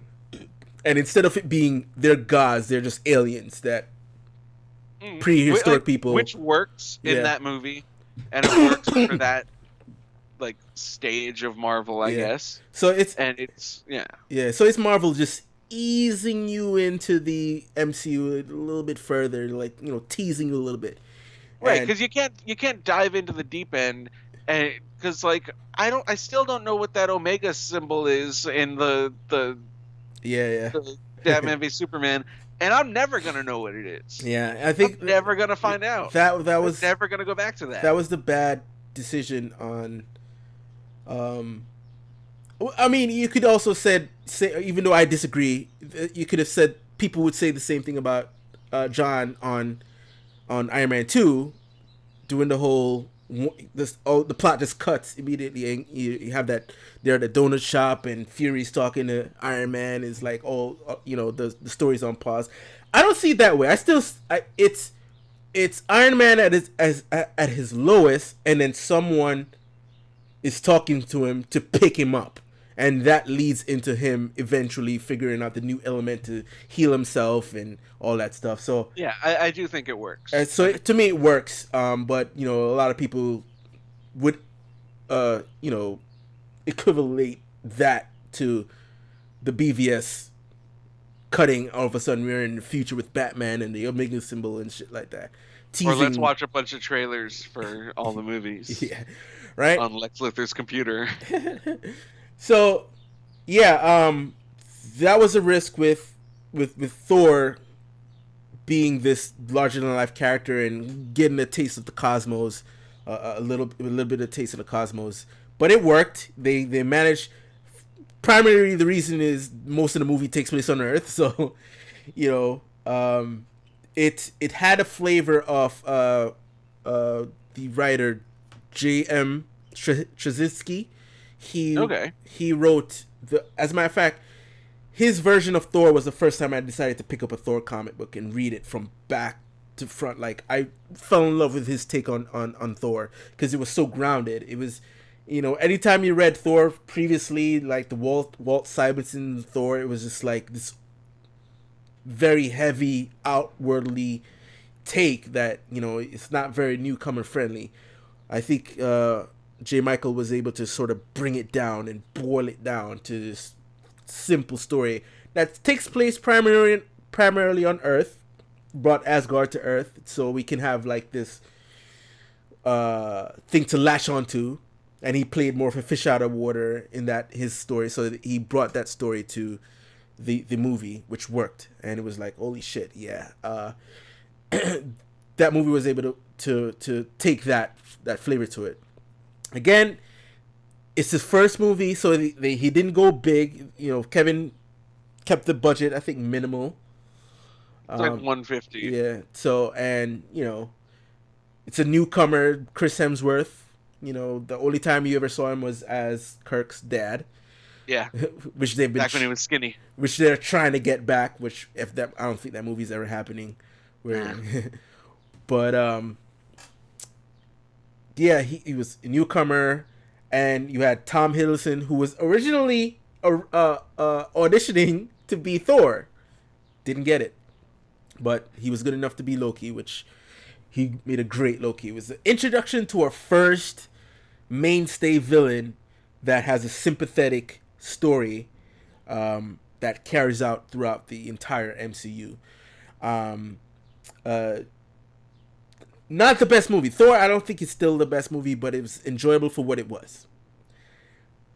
And then followed followed a couple of months later. Was it a couple of months later? Or which one came Couple first? months later. Yeah, couple months. Thor in May, Cap in July. Yeah, July. Cap came out, and directed by Joe Johnston, who directed The Rocketeer. Still haven't seen it. What's wrong with you? I know, right? The third Jurassic Park. Weird blind spots. Yeah, the third Jurassic Park. I think he directed a movie called The Hole or Hole. Did he? Holes? Holes, yes. Did he do Holes? I think so. Or was that John DeBon? I don't know. Anyway, but Joe Johnston, he's a Spielberg guy. He's one of the guys that came from the school of Spielberg. Created Boba Fett. Yep. He got the task of, and I think the reason why, again, Kevin sort of taking a director whose other works reflect the kind of work he wanted to do it.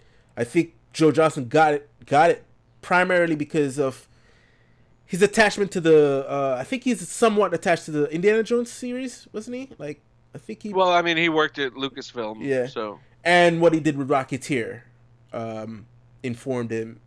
So he is like, okay, this whole 50s or 40s aesthetic, bringing it to the like World War II, pre-World War II era was Rocketeer. So let's bring that kind of flavor to Captain America. And the first time that Alan Silvestri came on board with the Marvel, this is pre-Avengers. So he did the score for the first Captain America. Unfortunately, he didn't come back for the others, but his score was so iconic for Avengers, he stuck with Avengers and gave his name is on top of my tongue for the score for both Winter Soldier and Civil War. Shit. Anyway, Phase 2, I'll talk about him. But yeah. But that first Captain America, I think by this point, I think Kevin knew that the Avengers was going to work. Even if Captain Marvel failed, because he was already in the midst of production on Avengers, while this was, I think, close to release. He was allowed. It came out a year later, so they probably shot him at around the same time. And I think they gave themselves a leeway to fail with at least one movie. Iron Man 1 and 2 did well, Thor did well. They're well on their way to the Avengers. An interesting to note about both Thor and Cap, and I've always said this, Cap more so than Thor, but I think even though Iron Man is credited in really kickstarting this whole thing, and yes, credit is due for Iron Man, RDJ, Jon Favreau, that whole movie informs the MCU going forward. But I think the very spinal cord of the MCU, the thread that interweaves more with the MCU than Iron Man, it's Cap and Thor. They contribute, their storylines contribute more to the MCU than any other film has. And the way we were talking about how people complain about the part in Iron Man 2 that stops the movie to do world building. Right. It's done so naturally in Cap and Thor. Yeah. Because you don't learn that it's world building until later. Yeah, until the other movies the stuff in Thor and Cap that contributes to the Avengers. Like, you don't know that the Tesseract is going to be a big deal. Yeah. Until it is. And it continues to be a big deal. Even in Captain Marvel. Heck, even Hydra. You don't know Hydra is going to be a big deal until his sequel. You know what I mean? Yep. Thor, you don't know... Well, yeah, you don't know Loki will be a big deal. And he's pretty much the villain of both Thor and Avengers. Yeah, you think he's dead. Yeah, in a little bit of taste of Phase 2. Cap informs where the MCU, Earthbound MCU, is going with the dissolution of S.H.I.E.L.D. and Hydra. How the Avengers decided to come together in Age of Ultron to be the sort of overseer of everything, because S.H.I.E.L.D. is gone. And Hydra is gone, or around, whatever. Thor introduces the second Infinity Stone, which is the ether. And then, going forward, Civil War sort of like splits up the Avengers, and Thor Ragnarok, even though Thor Ragnarok is a standalone story, it does shape the bigger universe with the destruction of Asgard, and Asgardians have to become refugees in the I mean we'll get to that Yeah. in phase 3, but like phase 3 definitely does a lot more.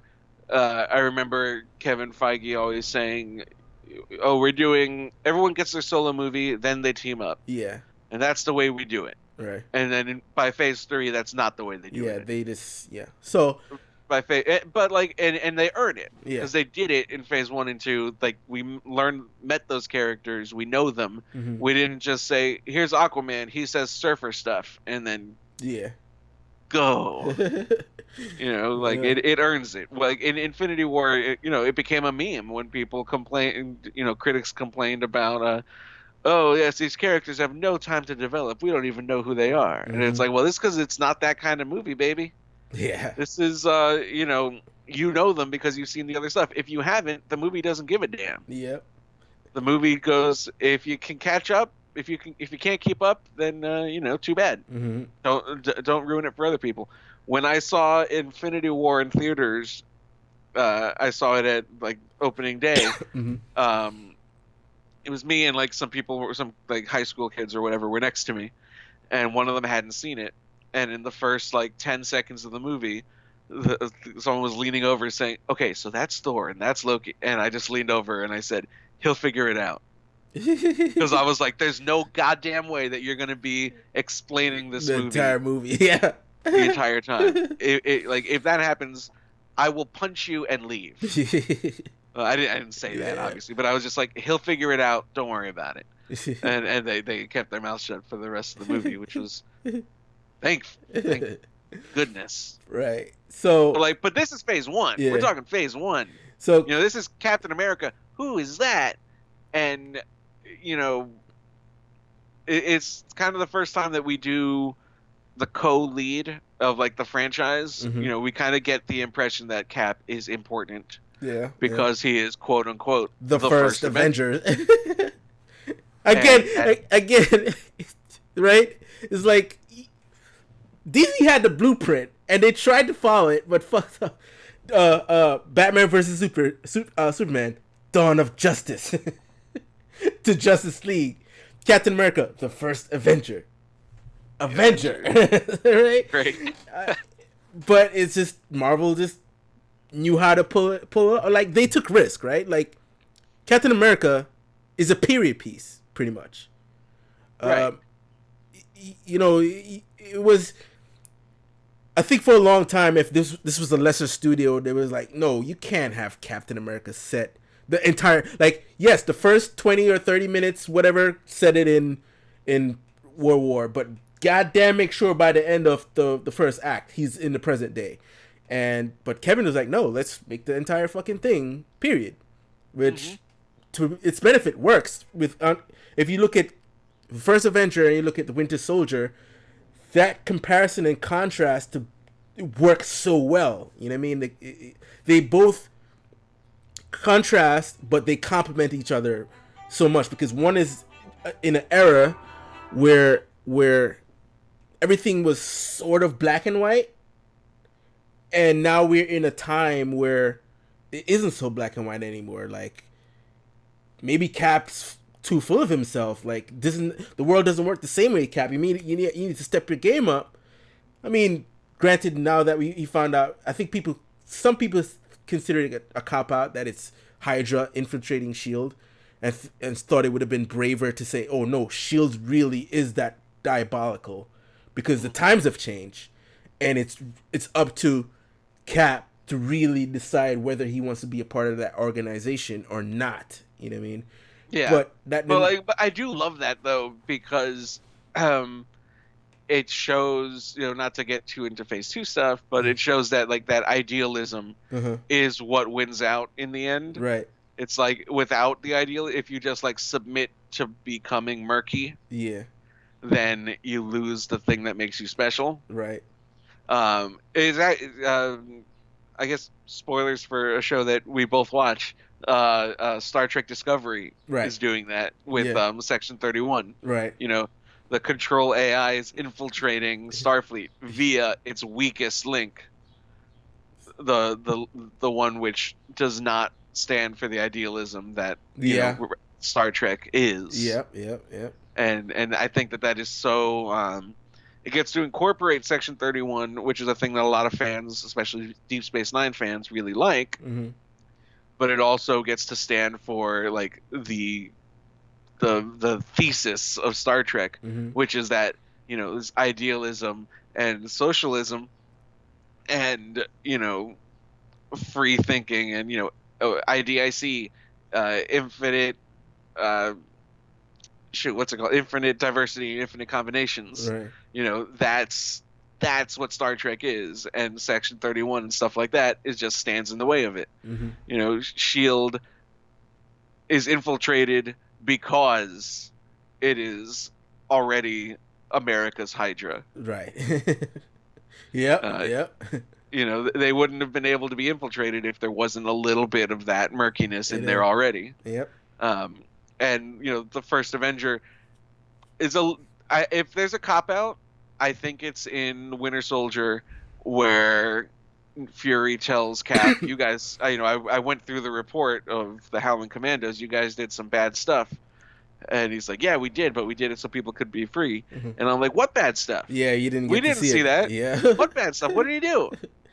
And I think the idea behind how the first Avengers was shot, because you notice from the time he actually becomes Captain America with the suit and all, there's a whole montage going where he's taking out different Hydra bases, and the idea behind that is that there's a lot of story that took place between that and the third act. Right. They're gonna do the animated series, Captain America: The Clone Wars. Yeah. So that'll be or that the idea was that in future films they would be flashing back to the past, and the past would inform what happens in the present storyline. Yeah.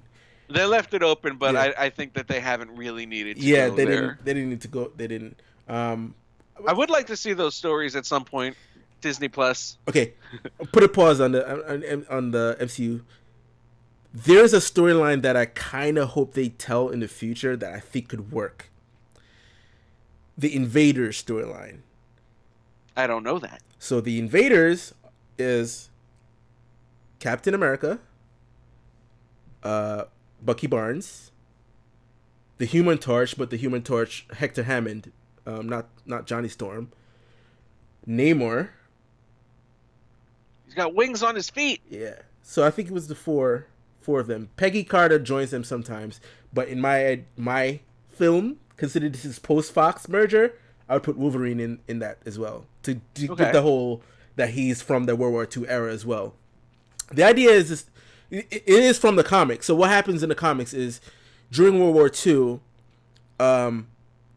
certain missions that Cap was didn't involve the Howling Commandos. He was a part of a group called the Invaders, which they would actually invade other countries to take care of certain bad guys.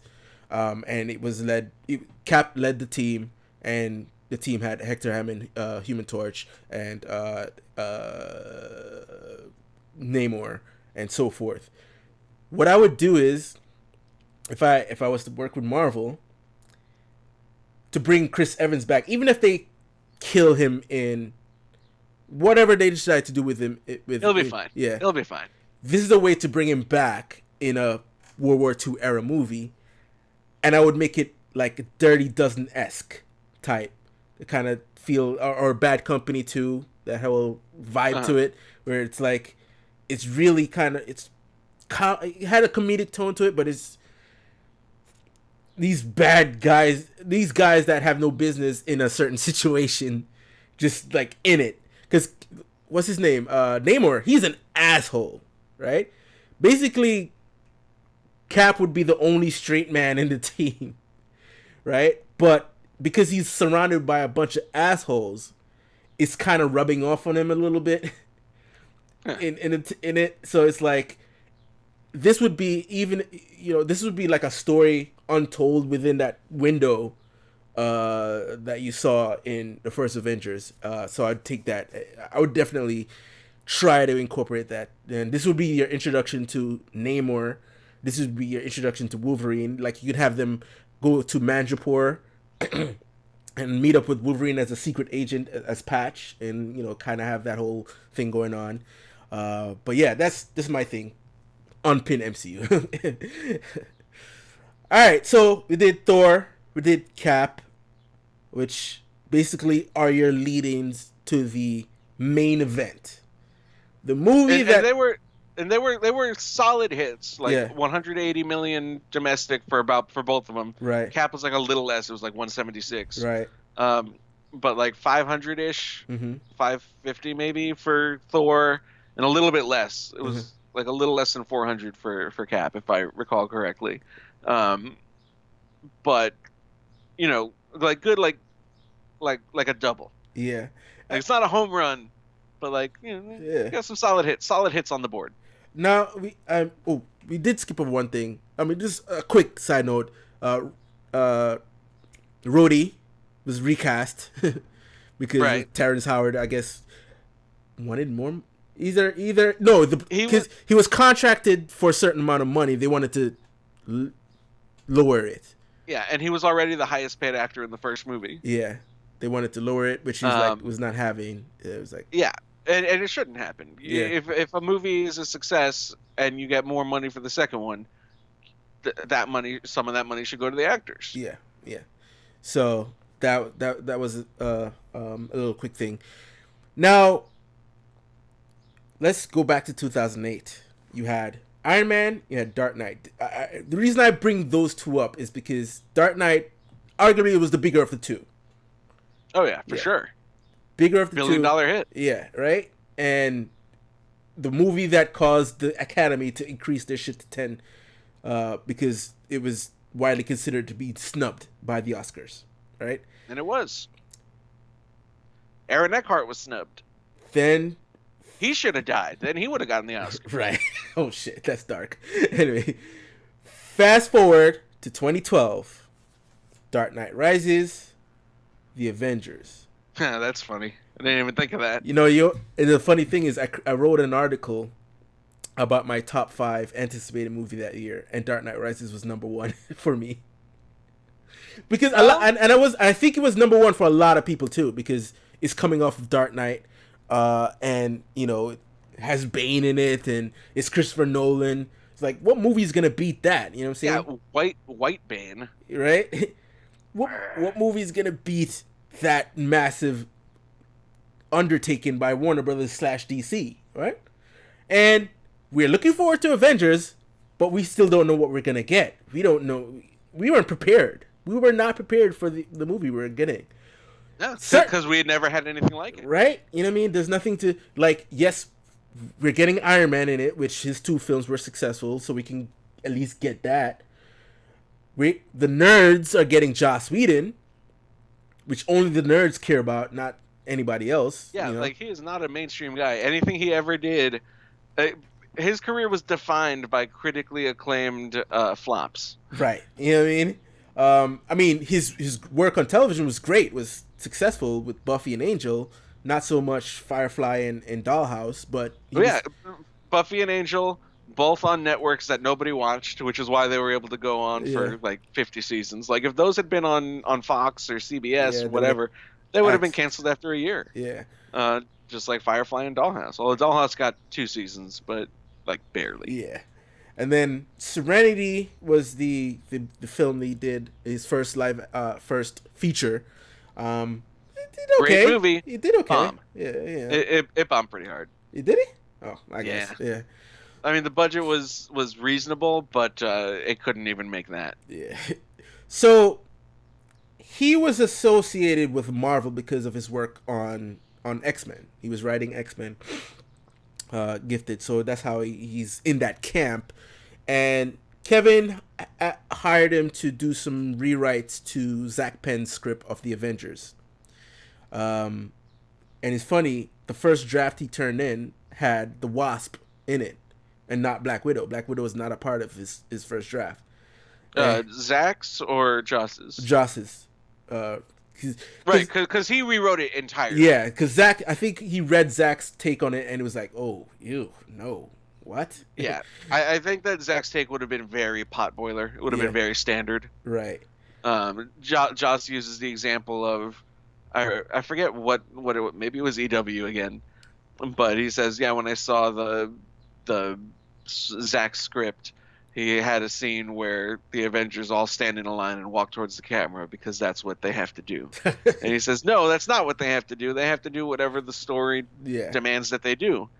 And was just like, I mean, like not that is bad. Right. Like, but Zach Penn also wrote, if I recall correctly, X-Men 3, right? Yeah. Which we described as an extravaganza. Right. And say whatever you will about X-Men 3, and we have. It is, if nothing else, an extravaganza. Right. But Joss didn't want the Avengers to be, quote unquote, an extravaganza, or at least to be an extravaganza by design. Mm-hmm. So he got, the job to do some touch-ups on the script or a complete rewrite, not knowing he was going to direct this thing, because Kevin knew he was going to direct it. He just didn't tell him. He just said, right. He kept asking him to just, work on the script.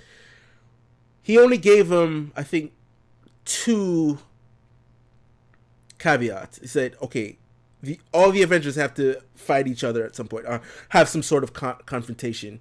That was it said. I want all the Avengers to have a certain confrontation. And it was something else, but I don't remember. But I know Joss said if he ever got a chance to direct an Avengers movie, he would want Ultron in it. That was Joss's caveat. He wanted to do Ultron. But anyway, so turned in the first draft. Wasp was the part of the 5, not Black Widow. And Kevin's like, yeah, about that. We have Black Widow over here, so we kind of need her in this movie. So he had to rewrite it, take out Wasp, and put Black Widow in. And the more he started to write the script and craft the story, when it came time to it, Kevin was like, oh, you're directing this movie too, right? What? I didn't know that. He said, yep, you're directing this movie. It's like, oh shit, all right, okay. So he wrote it, directed. We weren't prepared for just how massive this thing was going to be. Because Iron Man was successful. Iron Man 2 was successful. Thor and Captain America, in its own right, were successful. So you're thinking the success of the Avengers would be the equivalent to the success of these movies. Yeah, it could be more because they're combined, but it'll be like a well-reviewed sequel. It could be the gap between, The Dark Knight and Batman Begins. Batman Begins. Batman Begins, The Dark Knight. So the reason why I think too that this movie succeeded well is people who never saw the pre-movies leading up to it. This was their first introduction into the MCU. You know what I mean? This movie introduced them into this world of superheroes, and they're like, holy shit, I think it was able to stand alone, where it wasn't a requirement to watch movies before it. It just enhanced your viewing pleasure if you see the films before, at least 2 or 3 out of the movies. Mainly the Iron Man movies, let's be real. But Cap and Thor were definitely more important to understanding the movie better. But if you had to skip all the movies, I guess Iron Man is the more enjoyable out of the others, or the other 2. But yeah, so Dark Knight Rises did well. It did well. But this thing shot up to number 3 on the all-time most successful movies of all time. It passed Dark Knight. I think Dark Knight Rises. Did Dark Knight Rises make $1 billion, or did it make a little bit under? I think it just just cracked $1 billion. Right. But Avengers, it was when Avengers, by the time Avengers was finished with this run, it was Avatar, Titanic, Avengers. Yep. Yeah, so this was, if there was ever, this is Kevin's sort of like, I'm building this universe. Avengers was the stamp. This shit is working. This shit is working. Now we can breathe a little bit. And it also was helped by the fact that a year before Disney bought Marvel. But Avengers was still contracted to be released by Paramount. I think the last movie to be released by Paramount was Iron Man 3. Yes. And then everything after that was Walt Disney release. But yeah, it was like a rock. I remember watching that movie. It was like a rock concert. Like, there were so many beats in it that everybody was clapping. You know, when Thor landed on that fucking Quinjet for the first time, like, holy shit. When what else? When Hulk and Thor fight at the helicarrier, it's like, holy shit, they're fighting. Oh my god, it's happening. And of course, the creme de la creme, a scene that has yet to be topped. I don't even think the Thor landing in Wakanda, even though it's close in terms of applaud, I don't think it's been topped yet. The circular hero shot when the Avengers come together and that Alan Silvestri scores blaring, like, that was such a perfect moment. You got not even Cap's terrible helmet ruins that shot. Right. You know what I mean? It's like, And now I haven't watched it yet, but like on The Flash, he's got the same helmet now in this past season. oh really? He's got a fat face helmet. Oh yeah. Why? I didn't notice, but Put a strap there. It makes your face not look fat. yeah. Boom. It's easy. Just do it. So yeah, the Avengers topping off Phase 1 was an incredible film. It filled with Joss Whedon's signature dialogue, quips back and forth. Some lines are still quoted to this day. I understood that reference. Still a meme. Mm-hmm. Oh, that guy's playing Gallagher. Cut to guy playing Gallagher. My favorite is the one that doesn't get quoted. Is you humans are so petty and tiny. Tiny. Yeah, I love that scene. He's adopted. Yeah. Which of course got adopted people, and it's like adopted people can laugh at a joke about adoption too. Yeah. Okay. So yeah, that movie, solidifies Kevin's journey in creating the MCU. It's the beginning, I think, to Kevin and MCU sort of crafting the different phases into a specific genre now. It's where they decide, all right, now because that movie really played like a big blockbuster alien invasion movie, something you would see in the 90s, early 90s with Independence Day and stuff like that. So if you wanted to equate that movie to some movies of the past, I think it plays more on that line, right? It's like I suppose it does, but like none of them have like an equivalent to the Avengers. Right.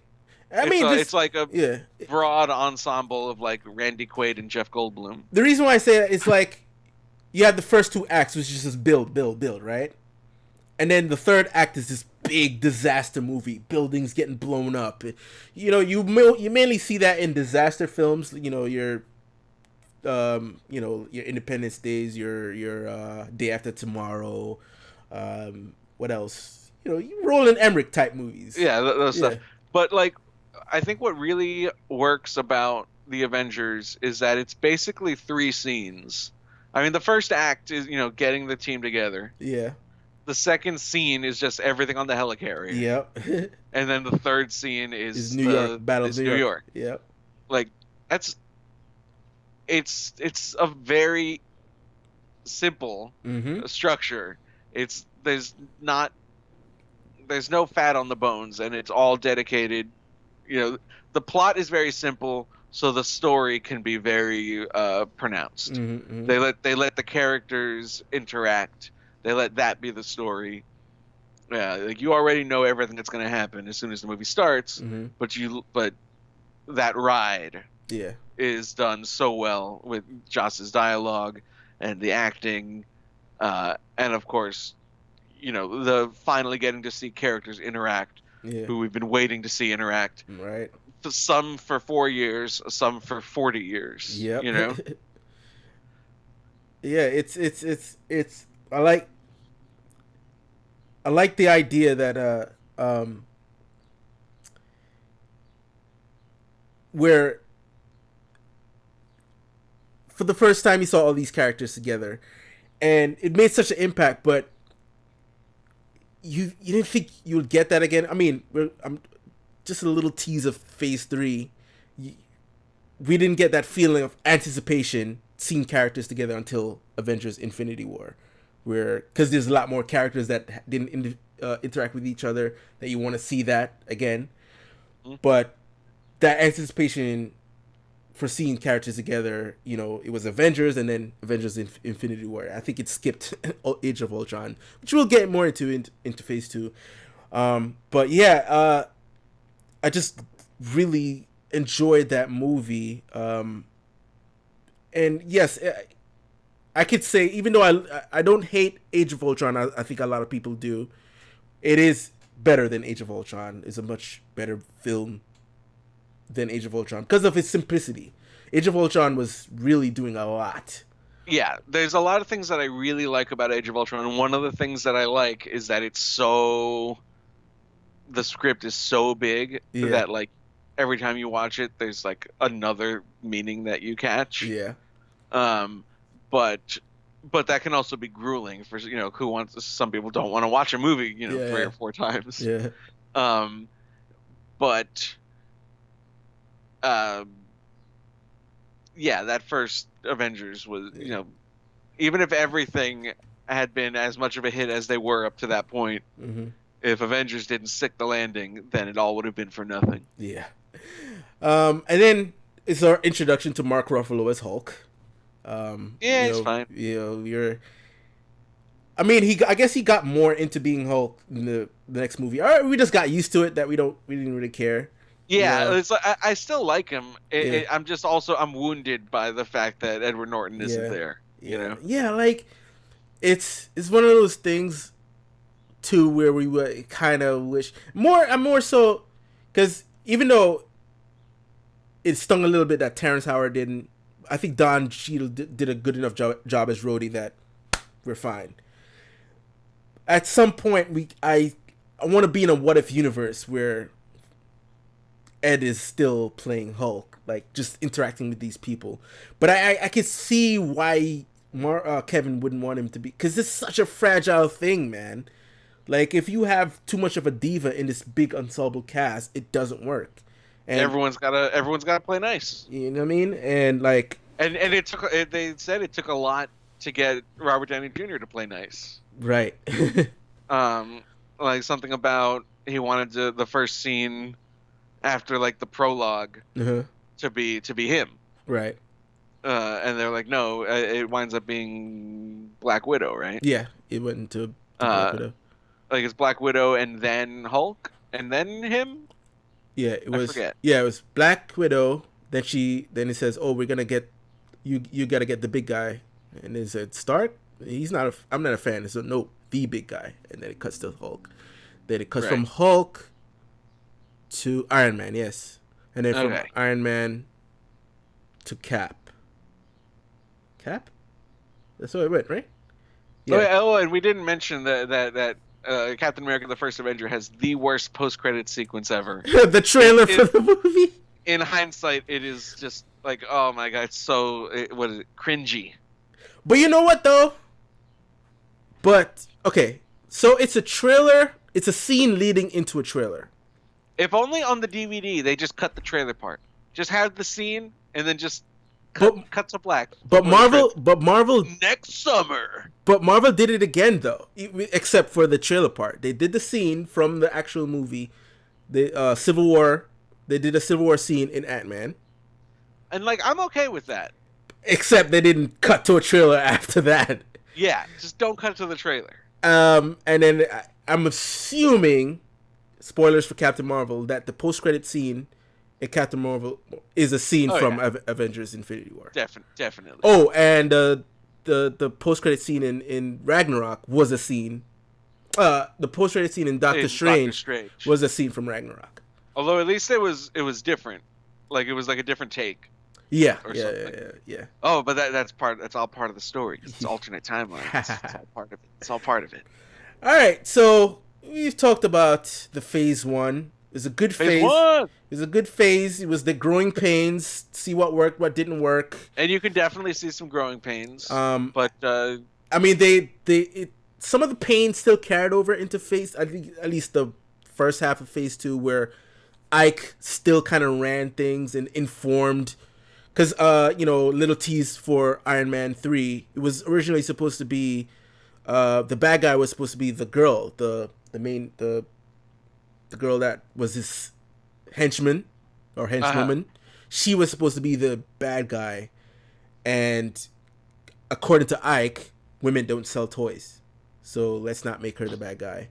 And then they change it to make Killian, whatever his name, Aiden Killian, Aldrich Killian, be the main bad guy. And I'm still sore about what they did with Mandarin, but whatever. Well, we can talk about that. That's going to dominate the conversation next time, because we are of different opinions on that. Yeah, and then of course the Thor: Dark World situation, where Patty Jenkins was supposed to originally direct that movie, and then didn't work out because of Ike, and then everything post Ike was really setting off. Yeah, I mean, you can definitely see, like, I really like Phase 2, but there are things in it that just reek of a producer. Yeah. And I think, and we'll get to this, but in Phase 3, I think it's Kevin Feige saying, oh, we're in a position now where I can actually be a little more hands-off on some of these movies and let them go wild. Yep. Yeah, so I can't wait to get to that. So look forward to that next week, folks, where we get to Marvel MCU Phase 2. All right, so that comes to the end of the show. You can like and subscribe to this YouTube channel, and you can find me on I don't want to say Twitter anymore because I hardly use it. So Instagram, that's what I use. So Instagram at Pop Culture Galaxy. Instagram, but I still use Twitter sometimes. If you want to use that, it's at Twitter at Marky Tundra, and you can like us on Facebook. That's facebook.com/Pop Culture Galaxy. So where can they find you, Zach? You can find me on the Twitter at Zach Wojner, my name. I'm also on Instagram, but I don't remember what my Instagram handle is. I think it's Zach Woj. It's probably ZAK_WOJ. Yeah, I think so. Or maybe there's not an underscore. I don't know. Yeah.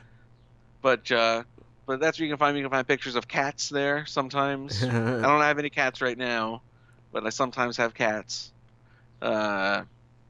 Pictures of like swag, I guess. All right. And you can read my work at screenrant.com. A lot of interviews coming up. Saw some indie video games last week that just went up. Good stuff. Yeah. Some of it I wrote. Nice. All right, so that'll bring us to the close. So remember, hit that subscribe button, hit that like, drop them comments. Let us know what you think of this episode. Wait, did you tell them to ring the bell? Yeah, they gotta hit that bell, like smack that bell. Right, what they always say, smash the bell, man. It's like, just smash the bell. Like, really helps me a lot. You know what I'm saying? And destroy that like button and drop them comments. Let us know what's your favorite Phase 1 film. When we get to the end of this, we can discuss our favorite film out of all 3 phases, especially after Endgame. Holy shit, I'm like, itching here to see that goddamn movie. You know what I mean? Hype. So stay tuned, guys. So until next time, folks. Peace. Indeed. Ooh, it was a good one. It was only